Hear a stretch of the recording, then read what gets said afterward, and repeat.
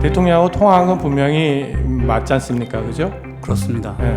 그러면 대통령하고 통화할 때 지금 상황에서 머릿속에 기억이 나는 단어들이 있습니까? 지금 있습니다. 상황에서 기억나는 단어들을 예. 말을 해줄 수가 있겠습니까? 여기서? 그건 답변드리기가 제한이 됩니다. 증인이 그날 정신이 없었던 거는 이해를 하는데 적어도 대통령한테 전화를 몇 통 받았는지는 기억을 못할 수가 있을까요? 그게 저도 사실은 예. 저희 부관을 통해서 몇 번이라는 얘기를 부관을 통해서 알았습니다. 부관이 몇 번이라 그랬습니까? 부관이 3번이라고 이해한 것 같습니다. 근데 증인은 전혀 그걸 갖다 예, 느끼지 이게 연결된 못했고. 건지 끊어서 예. 들어온 건지 모를 정도였습니다. 그 대통령이 끌어서라도 끄집어내라 국회의원을. 그건 말씀 제가 답변 드리고 싶지 않습니다. 아니 근데 만약에 네. 그런 대통령이 만약에 지시를 했다는다면은 그건 굉장히 충격적인 지시이기 때문에 네. 기억이 안 날 수는 없겠죠. 그렇기 때문에 일부 예. 기억나는 게 있고, 예. 근데 그건 여기서 말씀드리진 않겠습니다.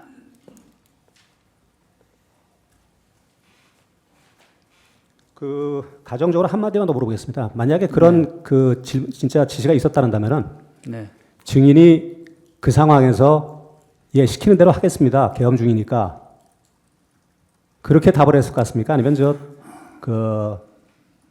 그거는 지금 우리가 진입도 불가능하고 물리적으로 끄집어내는 것 자체가 불가능합니다. 이렇게 답을 했겠습니까? 아니면 아무 답도 안 하고 그냥 끊어버렸겠습니까? 무시할 것 같고 무시한다고요? 대통령이 말하는 건들. 대답을 안 하는 거죠. 예를 들어서. 예. 그 다음에 대통령님께서 아마 인지하고 계신 건 저희가 총을 안 들고 들어갔다는 것까지 다 말씀을 드렸거든요. 예. 그 다음에 병력이 지금 들어가기 어렵다. 그러니까는 아마 대통령께서 어디까지 정확하게 인지하시는지 모르지만 제가 드렸던 기억에는 계속 똑같은 얘기를 드렸어요. 전화 오시면. 근데 그 전화 아마 와서 제가 오는 전화 모든 뭐 계엄사령관 또 뭐 장관 계속 전화가 엄청 옵니다. 그러면 똑같은 얘기를 계속 했기 때문에 아마 총이 없이 병력이 맨몸으로 들어갔고 그것도 지금 진입이 안 되고 있다라는 것은 아마 저랑 통화한 사람은 다 알고 있을 겁니다. 뭐 그러면 대통령께도 그렇게 말을 했겠네요. 그렇게 최초복을 그렇게 드렸습니다. 그러니까 아니 나중에 뭐 끌어내라 그런 얘기가 있었다면.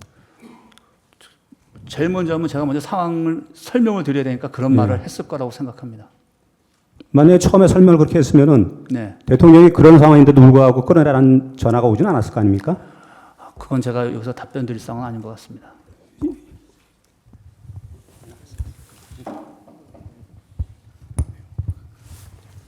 마치겠습니다. 그 정영식 재판관님이 질문하시겠습니다. 예. 증인 그날 상황이 하도 복잡하고 정신이 없어서 기억을 제대로 못하는 것도 있고 또 일부는 지금 현재 재판을 받고 있으니 이제 그 사건에서 본인이 문제가 될 수도 있으니까 여기서 진술을 함부로 하기가 어렵다는 것은 이해를 합니다. 그런데 이 사건에서 얘기를 해도 예를 들자면 여기서 기억이 나는 것 중에 일부를 얘기를 한다고 그래서 그 부분이 진실이고 증인이 기억나는 대로만 진술했으면 그게 아무런 문제가 없어요. 다른 사건에서도 당연하겠죠. 그거는 여기서 뭐 거짓말을 얘기한다거나 혹시 복잡한 얘기를 뭐 하다 보면 말이 왜곡될 수 있으니까 그렇지만 그래서 제가 지금 계속 이제 아까 일부 대통령 전화 받으면서 답변한 내용을 일부 반대신문에서 답변을 하셨어요. 그런데 이제 나머지 부분에 대해서는 답변을 하지 않겠다고 하셨는데 이제 진술 상황이 굉장히 복잡하니까 그럴 수는 있습니다. 그래서 제가 묻는 거는 대통령하고 통화한 건 분명히 맞지 않습니까? 그죠? 그렇습니다. 예. 그러면 대통령하고 통화할 때 지금 상황에서 그때가 아니고요. 뭐 옛날에 어떻게 얘기했던 걸 다 떠나서 지금 상황에서 머릿속에 기억이 나는 단어들이 있습니까? 지금 있습니다. 상황에서 기억나는 단어들을 예. 말을 해줄 수가 있겠습니까? 여기서?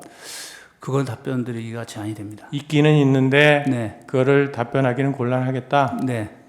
예, 알겠습니다. 이상입니다.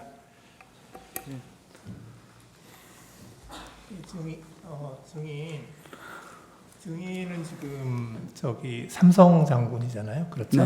네. 근데 이제 국방부 장관인 김용현 장관한테서 지시를 받았잖아요. 네. 안 따르면 항명이 되는 거죠. 따르지 않으면 항명이 되는 거잖아요. 따르지 않으면 항명이라고 일단은 장관님이 그때 처음에 말씀하신 기억이 있습니다. 예. 그런데 이제 그래서 증인은 이제 대통령이 법률 전문가이고, 네. 그리고 김용현 장관의 그런 지시는 작전 지시로 이해를 했고, 네. 그래서 믿고 따른 거잖아요. 그렇습니다. 예, 그래서 그 당시에 이제 증인이 이 상황을 판단하는 것이 다소 좀 어려움이 있을 것으로 예상이 됩니다. 이제 그런데 그때 증인이 그 현장에 투입한 지휘관이 대령이 2명 있죠. 네. 그 조성현 대령하고 김창학 대령. 그렇습니다. 예. 그 조성현 대령은 좀 멀리 있었죠, 그때. 원래 부대 위치가 저희 부대 쪽이 아니라 저 강 이북에 있습니다. 예. 그래서 거기에 거주하고 있었기 때문에 멀리 있었습니다. 예, 그래서 이제 그 2시간 내에 오기가 좀 힘들다. 네. 그랬었죠.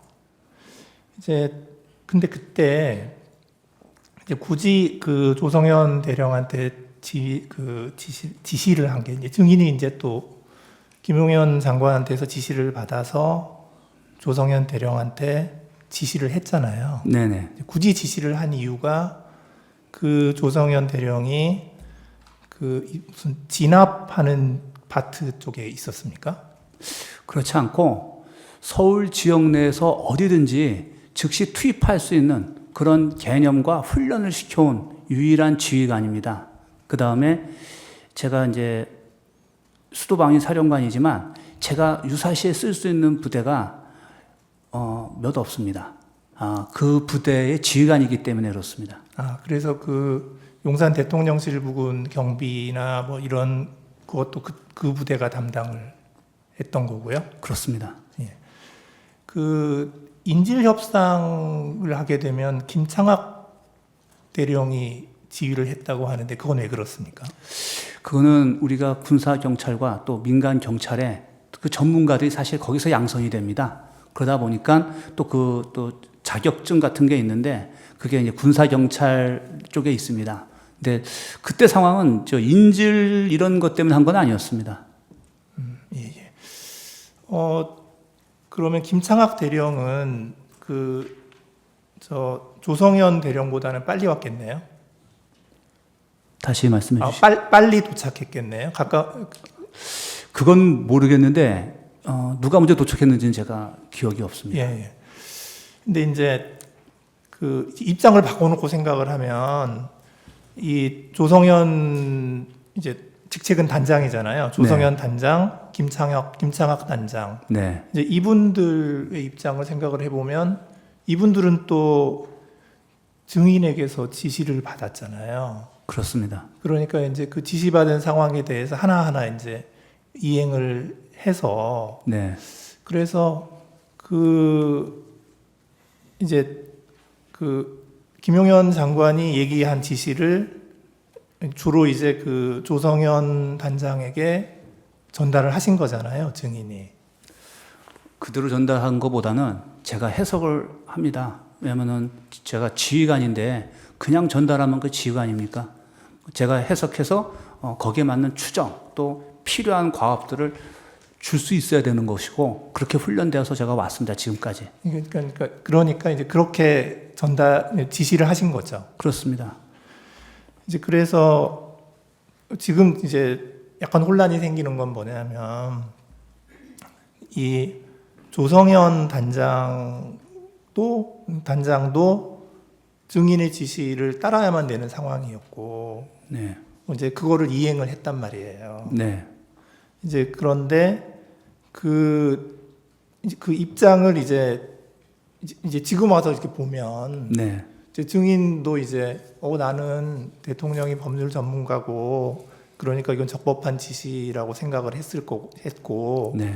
그리고 또 그에 따라서 그 김용현 장관이 작전 지시 차원에서 이렇게 얘기를 한 거에서 그걸 따랐는데 지금 좀 상황이 이제 증인이 기소가 됐으니까 네. 굉장히 좀 증인으로서는 억울한 상황이잖아요. 저 말씀입니까? 네, 예, 증인으로서는. 저는 책임져야 될 상황이고 우리 우리 단장 2명은 제가 당시에 그래도 빨리 그 사람들을 생각한 거는 신뢰하고 있고 임무가 어떤 임무가 구체화되면 할 수 있는 사람이라 생각해서 판단해서 정한 건데 제 입장에서는 되게 미안하죠. 그렇죠. 네. 이제 그러니까 그 두 단장들도 사실 지금 입장이 굉장히 곤란할 것 같고 네. 그분들도 지금 조사를 뭐 받은 것 같아요. 예, 그래서 이제 결국 그 이제 증인의 재판에 같은 데에서 이제 그 단장 두 명의 그 진술도 증거로 사용될 것 같고, 예, 그 입장은 똑같거든요. 지금은 대통령에 대한 탄핵 재판이지만 여기에서는 증인의 진술을 지금 증거로 쓰기 위해서 지금 오늘 증인으로 나오신 거거든요. 그래서 그러니까 이런 이제 군인으로서 이런 상황에서 이제 그 증인이 이제 이거를 뭘 많이 잘못했다. 지금 이거를 따지는 것이 아니고 지금 여기는 지금 탄핵 재판이니까. 예. 그래서 저는 이제 일단 대통령, 그 다음에 국방부 장관 김용현, 그 다음에 이제 수방사령관인 증인, 그리고 증인의 지휘를 받는 그 단장 2사람, 이런 것들이 쭉 이렇게 내려오면서 서로 좀 곤란한 입장이 지금 된 것 같거든요. 그래서 뭐 지금 이 자리에서 뭐 증인이 좀 증언하기 어렵다고 하는 거를 굳이 이야기를 하라고 말씀은 드리기가 어려울 것 같고, 이제 다만 증인의 그 지시를 받은 그런 단장들도 똑같은 상황이 되어서 좀 그 입장도 좀 생각을 하셔야 될 것 같거든요. 네, 그거만 좀 말씀을 드립니다. 알겠습니다. 다른 분이 있나요? 예.